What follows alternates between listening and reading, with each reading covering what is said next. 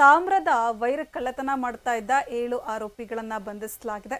ಬಂಧಿತರಿಂದ 7 ಲಕ್ಷ ಮೌಲ್ಯದ 600 ಕೆಜಿ ತೂಕದ ತಾಮ್ರದ ವೈರನ್ನ ವಶಪಡಿಸಿಕೊಳ್ಳಲಾಗಿದೆ. ಕೃತ್ಯಕ್ಕೆ ಬಳಸಿದ್ದ ಟಾಟಾ ಸುಮೋ ವಾಹನವನ್ನು ವಶಕ್ಕೆ ಪಡಿಸಿಕೊಳ್ಳಲಾಗಿದೆ. ವಿಜಯನಗರ ಪೊಲೀಸರು ಕಾರ್ಯಾಚರಣೆ ನಡೆಸಿದ್ದಾರೆ. ಮ್ಯಾಗ್ನೆಟಿಕ್ ಫ್ಯಾಕ್ಟರಿಯ ಕಿಟಕಿ ಗ್ರಿಲ್ ಮುರಿದು ತಾಮ್ರದ ವೈರ್ಗಳು, ಲ್ಯಾಪ್ಟಾಪ್ ಸೇರಿದಂತೆ ಬೆಲೆ ಬಾಳುವಂತ ವಸ್ತುಗಳನ್ನು ಆರೋಪಿಗಳು ಕಳ್ಳತನ ಮಾಡಿದ್ರು. ಕಳೆದ ನವೆಂಬರ್ 30ರಂದು ಕಳ್ಳತನ ಪ್ರಕರಣ ನಡೆದಿತ್ತು.